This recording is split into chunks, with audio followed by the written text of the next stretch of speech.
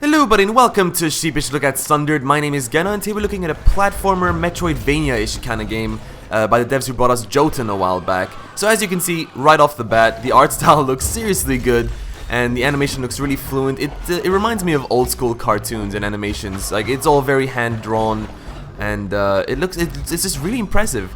And unfortunately, that's kind of the best thing this game has going for it. In my personal opinion. So for those of you who don't know what Sundered means, it means split apart, and that's kind of how I feel about the game. Perfect name for it. Yeah, there's very cool things about the game, but also a lot of nagging issues that I have, and I'll get to those shortly. So yeah, the animation you can kind of see for yourself, looks great. Everything is nicely drawn, and this is actually the most interesting environment I've been in so far. The previous area was kind of just metallic walls, like I was in some sort of underground military base. It was really not interesting to look at, and I'm glad I'm finally out of that. But you'll see that even though this environment is quite interesting, it's probably gonna be getting repetitive after a while. It's not gonna vary that much. And I'll get again into more detail as to why that is. So the combat basically just consists of button mashing. It's very simplistic. You just use one button to kind of get through all your attacks. As you can see, I'm just mashing. She goes through like four hits. I can also hold upwards to do this kind of lunging attack upwards. If I jump, she'll do this kind of triple attack. And you can also dash upwards like that. And if you crouch and attack, you'll do this. You also have a secondary weapon, and I think that is all you get actually. But don't quote me on that because I'm not that far into the game, maybe 1 to 2 hours, which is a gigantic fucking cannon. And it's really also, I love the recoil, it's so satisfying. I do have a limited amount of ammo though, and I always like to conserve at least 1 or 2 bullets while I'm exploring, because you do need it to open certain doors as well. So yeah, that's pretty much the combat, and you can also dash downwards like that if you attack and kind of like throw people into the sky. It's simplistic, but honestly it's satisfying. It's not as satisfying as, say, games like Dust and Elysian Tale, where you've got just a plethora of combos to go through and so many like magical attacks, and it's really, really cool. In this game, it can get a little bit stale over time, I can understand that, but I still enjoy it to a certain extent, mainly because this game loves to throw gigantic hordes of enemies at you. I don't know if you've been paying attention now, but I mean, I've fought so many, and you can get, I don't know, maybe like 50 enemies on screen at once sometimes, something like that. It's seriously insane, to the point where sometimes you just kind of want to run through and just get to your objective and ignore these guys, because although they drop XP and all that, they will infinitely spawn. And that's not to say that like now if I stop and kill these guys, they're gonna keep coming forever. No, they will run out eventually, and maybe I'll have a few seconds of peace and quiet, maybe a minute or two. But then as I progress through the game, they're just gonna spawn again. You can see in the bottom of the screen, the yellow bars, that is my energy or stamina if you want to call it. That's consumed when I roll. The little blue bars underneath that is my cannon shots, which just threw me to some spikes. The top left red health bar is my health. And the whitish, bluish kind of bar on top of it is my shields. Those will regenerate over time, so as you can see, I can just like hit myself on the spikes. It's kind of like Halo, if you've ever played that, and that'll regenerate over time.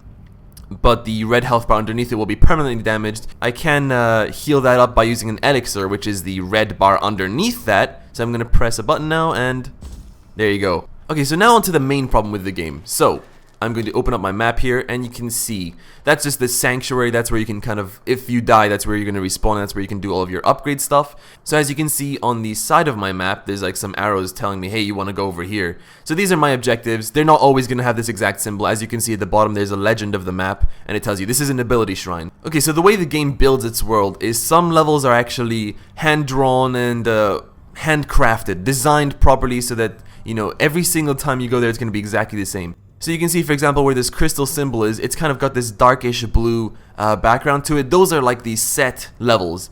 And these other ones that I'm in now here, this kind of black, these black squares and these slightly grayer squares, those are all randomly generated. Every single time you die, they're going to be different.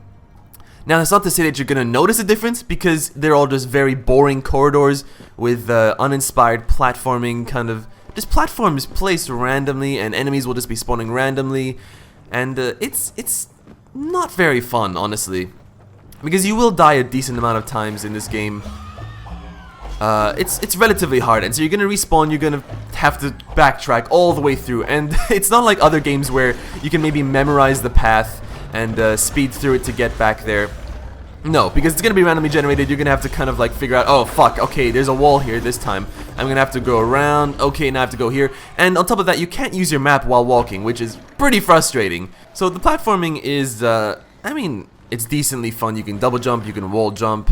Later on, you're gonna get kind of gliding abilities or grappling hook kind of stuff. So, you know, basic stuff that pretty much all games of the genre have, which is fine as long as it feels satisfying to use. But man, nothing can just... It's so hard to keep me motivated. Like if I die to a boss, or as I'm trying to just progress through the game, I die and then I have to backtrack all the way through. And okay, you will unlock shortcuts every now and again. So, I mean, am I even going the right way now? No, I have to go... So you can see the way you navigate, like I keep in mind where my objective is, and then I'm gonna see, okay, there's a little purple square down there. God, it's so hard to show you because I'm getting my ass whooped right now. Let me just try and get away from these fucking enemies before they murder me horribly. Now, you know what? They're probably just gonna murder me horribly. It's fine. Alright, so you got your first glimpse at dying and having to go back. Maybe it doesn't look too bad to you at the moment. I can understand that because you haven't been through the same corridor for 30 minutes constantly. And it's not even if you don't die, you're gonna get bored because you're walking around and everything looks the same. All this entire area that I'm gonna unlock at some point, all of this is gonna be the same shit. And there's gonna be a few unique rooms in between, which will look so cool and so nicely drawn and have interesting like platforming setups. Like, you know, you have to properly time your jumps and everything to avoid stuff. And I don't know, those small segments of fun are really well done. And I just really wish they didn't go with this awful procedurally generated stuff because it just feels so hollow and lifeless and uninspired. And it really brings the game down in my opinion. So in case you've noticed, while I kill enemies, I'm picking up these shards. And at the bottom of my screen, right in the center of my HUD, there's a little number there. Right now it says 1130. And you can use that to upgrade your character. Even if you die, you don't lose them or anything like that. I mean, I guess one good thing about this tedious kind of going through the same corridor a million times, you're gonna kill a lot of enemies on the way there. You're gonna find a few secret treasure stuff, and you're gonna pick up some shards. And it's basically farming and grinding, and you're gonna upgrade your character over time, and it'll be easier to kind of get through. But it's still very tedious. So I was trying to say earlier. So you kind of need to follow from your objective. Okay, and you can see this little purple tiny square in the corner of this big room. So that's what I need to work towards. And those are basically the exits. It will always show you where the major exits for each room are. And because of the tediousness of this game, I found myself actually just speed running through so I can get to the next interesting area. God, this fucking maze! I mean... Yeah, as you can see now, the map layout has been slightly changed since I last came here, since I last died. Look at this! This is so... I mean, it's a fucking labyrinth. I don't know if there's other times where maybe it could have been just a straight corridor. Probably not. There's probably some sort of rules that the game follows when it procedurally generates this stuff. But, look how many enemies are chasing me. And yeah, I do like that. I can see some people being frustrated by the overwhelmingly just large number of enemies. I actually like it. It's quite satisfying to kind of collect all these enemies in front of you and then just wail on them. But yeah, it can be quite a struggle at sometimes. Like the roll can be useful when there's a smaller amount of enemies, but when there's a gigantic amount, it's kind of useless. You're kind of rolling around and it's pointless. You're rolling to other enemies and it'll get you nowhere. And by the way, I mean, for having a procedurally generated map and it's so huge and stuff, there isn't really much reward for exploration. In games like a very recent example I did a sheepish look at on Dead Cells, it's also procedurally generated, all that, but when you find... there's loads of items for you to find from exploring, and there's also a variety in the ways of doing them. For example, just hidden blocks or maybe a timed door, stuff like that. So every single run that you do is not exactly the same. And you'll find different items and gigantic treasures that you can like sell later on and stuff. And it's satisfying. It's like, I feel like, you know, I've been in this room many times because I've died many times, but I feel the need to explore it again. This game doesn't really do that. The like most hidden stuff I've found was hidden treasures, which are behind like you can kind of just hear this shimmering sound, and then if you just walk through a wall, it'll reveal itself like it was just a hidden wall with some treasure behind it. And I'll probably find one in this video, and you'll see that they're not that great. They just give you a few extra shards, which is the exact same item that you've been getting from all these enemies anyway. Alright, so this is an example of one of those handcrafted rooms. You can see this is an exposition room. So all these crystal rooms, you hit this stuff and you'll get a little bit of voice acting, and it kind of tells you some backstory and lore, which is cool. I mean, it's good that the game has some story for people who are interested in that kind of stuff.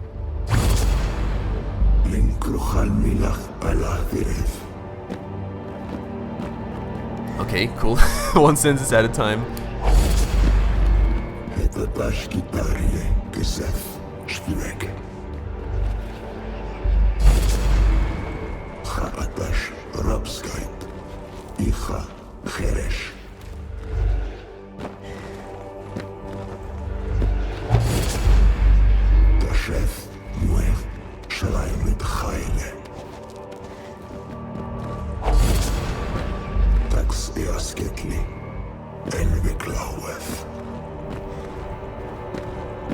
And there you go. So, I mean, it's, I believe it's a gibberish language. I don't think it's real. You need to read the subtitles. That's fine. I mean, I like the voice acting, actually. He sounds, this dude, or this thing probably, just sounds kind of creepy and ominous. I'm not sure if it's a friend or foe. But yeah, you can see here's also an example of a shortcut. So these blue locks are basically just normal doors, how you'd expect. Like, okay, you just press a switch and then it's going to open up from the other side. So next time I can just skip right through this crystal area. I can skip right through this entire section, which is nice. A lot of the times, though, shortcuts will be much further apart and much more hidden. You might miss a shortcut, so you won't realize that there was a shortcut because there's multiple paths and it's a fucking labyrinth to get through everything. So, you know, I appreciate when they are visible. And these orange locks are ability gates, the game calls them. So, like, the first example was I couldn't get over a ledge because I needed a double jump. So once I earned that ability, then I could finally proceed through that area. So yeah, simple stuff. It's a nice feeling to kind of revisit an area and, oh, I can finally get through this place. In other Metroidvania games, though, it's a bit more satisfying in my opinion, because again, you're backtracking through empty corridors that don't really have any interesting stuff to look at. And yeah, there you go. Okay, so this is an example of the treasure. This one is not hidden, but it's probably kind of a challenge to get to, because this purple mist will push me down instantly. I actually have a feeling I won't be able to get this one, because maybe I need some sort of ability that will get me through it. Oh god, they're really gathering up now. I stopped to try and kill them so I can have some peace trying to get through this vortex thing, but nope, there's even more now. Oh jeez, okay, time to use the cannon. Woohoo! Now that feels awesome. That feels really awesome. I'm gonna die, I'm gonna use my elixir. You know what? Fuck that treasure. Oh, I actually opened it up with my cannon. Let's see if I can absorb any of the shards. Okay, I got some of them, but then I died doing it. So that is actually the treasure chest that I was talking about. Those are the secrets you're going to be finding. They don't reward you that much, and they're not that satisfying to do, especially because they don't differ. I don't know if later on maybe the game is going to introduce some new treasures and secrets to find. I don't think so. Alright, so this is an example of when you die. You can also just pause anytime you want and return to Sanctuary, and you'll come here. This is in the center of the world. By the way, this left place that I went through, this is the second area that I've gone through. The first one was you had to drop down and it spawned this other place. It's not showing it on the map now because the game needs to load it up. So I'm assuming there's going to be 3 areas, major areas in the map, and then, you know, one more to the right. Anyway, you can come here anytime you want. And you can go, it's a really big tree actually, gives you a lot of choice and kind of what kind of builds you want to go through and stuff like that, which is, it's cool. So these small triangles are kind of just basic upgrades, like you can see, reduces incoming damage. So I'm going to put a small amount into that. You can see the cost on the right side, and you need to upgrade it 3 times to unlock the next thing and kind of go down the path. You also have options like, say if I want to get this major critical hit damage upgrade, I can either go from the left side here or I can go from the right, depending on what upgrades are on the way there and what I want to get. So yeah, it's a very self-explanatory upgrade system. I'm going to just come here, increase my critical hit chance. I don't have enough shards now. And as you play the game, you'll also unlock perks. So you can come down here. I have 2 perk slots currently upgraded, unlocked. So you can click on it and then you can put one in. The interesting thing about all these perks is they all have a disadvantage. So this one, for example, your shield constantly regenerates, but it lowers my shield regeneration by 80%. Or I think this one was interesting from what I remember. Regain 15% of your max shield every time you kill an enemy, but increase your shield downtime by 1 second. So you have options like that. It's kind of a gamble, I guess. I don't have time for you, enemy. I just want to get through you to the objective, unfortunately. Okay, so this is another set room, it seems. And that's why it's different to everything else and has some nicely drawn background art. So, I mean, yeah, I really wish there was just more of this. The game could have been really cool, even if the game would have been shorter, maybe less replayability, but just if you handcraft something, it's nicer. It tends to be the same with games that are just linear and then the sequel is open world, you know. Okay, that's a new enemy that I have no idea how to deal with. Look how many enemies there are! What? Not enough energy? I want to shoot my cannon. Does my cannon cost energy? I didn't know that. Alright, let's try to use the cannon. Oh man, there's so many enemies! What the hell? I love that cannon. So good. It sucks that it has a finite amount of ammo though. I understand why, or else it would be way too powerful. Oh, okay. By the way, I mean, you don't see new enemies very often, it seems to me. Like, I've been playing the game for 1 to 2 hours and I've seen, I think, like 4 or 5 enemy variants. I'm gonna die a horrible death now. Fuck me. Alright, I'm gonna try to actually concentrate and get through this section now. Alright, it's much easier when you're not trying to explain the game. And we get an extra treasure there. Oh, and a little perk. Nice. So I'll need to actually go and equip that manually in the sanctuary. Alright, so I'm so close to the ability shrine. I just need to kind of find my way to it. So I don't know if you see what I mean so far. I mean, like, everything still looks the same. And okay, I get that you can't vary it completely, but I feel like it doesn't vary too often enough. Alright, so here you can see I found a perk, but it's being protected by some enemies. Oh no, I'm gonna die. I don't have a shortcut. Ah, fuck, I need to walk all this way again. Alright, well, honestly, I'm not motivated to do that all again. I don't want to walk all the way. I mean, I died right before I was probably about to unlock a shortcut. I would get that little perk up there and then maybe go up here, unlock that door from that side, and then that way I would have a quicker shortcut, but I don't want to do all that. I really don't. So, instead, I'm gonna go to the previous area, just show you what the previous environment looked like, and also show you a boss fight, so we can end the video on that. So you'll get occasional stuff like this where, well, again, this is a pre-built room. This is actually fun. I mean, it's a very short little platforming kind of section where you've got to really properly time your jumps and stuff, which I'm not doing right now. Yeah, and you kind of got to get through. It's a nice little break from the tediousness and repetition from the rest of the game. Alright, so let's end the video with an awesome big-ass boss. A lot of people are saying that the boss fights are some of their favorite moments in the game, and I'd have to agree. They're just so... damn. I mean, epic. Epic is the perfect word to describe it.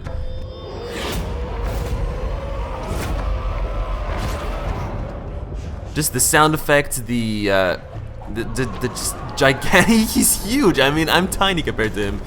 Just the situation is so cool looking. And look at his health bar. Look, I'm just chipping away at his health very slightly. I mean, you're gonna be here for quite a while. And some people might like that, some might not. I can see how some people would think, again, that it's quite tedious, just like the rest of the level design. How, you know, the difficulty isn't exactly natural, I guess I would say. Like, it's not a difficult fight, it's just a fight that kind of tests your endurance. And I would probably have to agree on some extent, because, I mean, most of the attacks are not that hard to dodge. I mean, okay, this is only the first boss, but still. Oh shit. I should point out, by the way, that there's apparently 15 endings to get in this game. I'm not sure what exactly is going to dictate that. I'm assuming there's a few things that I haven't experienced yet in the game. Like, for example, you can see at the top, I've unlocked 1 out of 3 Elder Shards so far, and when you get 3 of those together, you'll like piece them all together to unlock 1 main Elder Shard. Maybe you can do something with that, like either use it or maybe destroy it. Probably there's gonna be a few differences within, but so far the story has not gripped me enough for me to really care about the story and what kind of outcome I'm gonna get. And to be completely honest with you, I don't really feel motivated to even beat the game, which is why I'm kind of I mean, I found myself rushing through the game, not on purpose, just kind of, oh, I need to get back to this place, okay, I'm just gonna speedrun it, ignore all the enemies, ignore secrets, I don't care. I just want to get to the next thing, and that's not my fault. That's not the kind of player that I usually am. But this game brought me to it. I just don't feel like doing everything again and again. And there's many games where, like hard games, like Meat Boy and stuff like that, like where And Dark Souls, I love Dark Souls, where you'll redo a level over and over again. And it's not even procedurally generated. I mean, the map is going to be exactly the same, the enemies are in the exact same position, but it allows you to, I guess, strategize and learn from your mistakes, like, okay, now I'm going to approach this way. And everything is handcrafted, and the level design actually, it feels like it's going somewhere, and there's some life in it. In this game, I mean, it's procedurally generated, but it doesn't feel like that way. I'm kind of going through the same boring corridor every single time, and it's not fun, and it sucks because I really wanted to like the game. It looks awesome, the atmosphere is cool, the characters and enemy design is cool, the music, there's little of it. I mean, there's not much at all really, but it cues in every now and again, and it's cool. It adds to the ambience, but yeah, the game just falls short. I think it's mainly the repetition, and the gameplay isn't the strongest point either, but occasionally the combat will kind of kick in, and you'll have fun with it, but you know, there's other times where you won't, probably because you're fighting the same enemies over and over again as you're trying to get through to a place that you died at. Unfortunately, I can't personally recommend the game, but if you do like the look of it from this video, I mean, you can make up your own mind. I've hopefully given you enough tools to do so. Then yeah, there is a link in the description to buy the game for yourself. And if you found the video enjoyable or useful, please don't forget to like it, maybe share it. And if you're new to the channel, click subscribe. I do all sorts of videos that you might enjoy. Until next time, goodbye, I love you!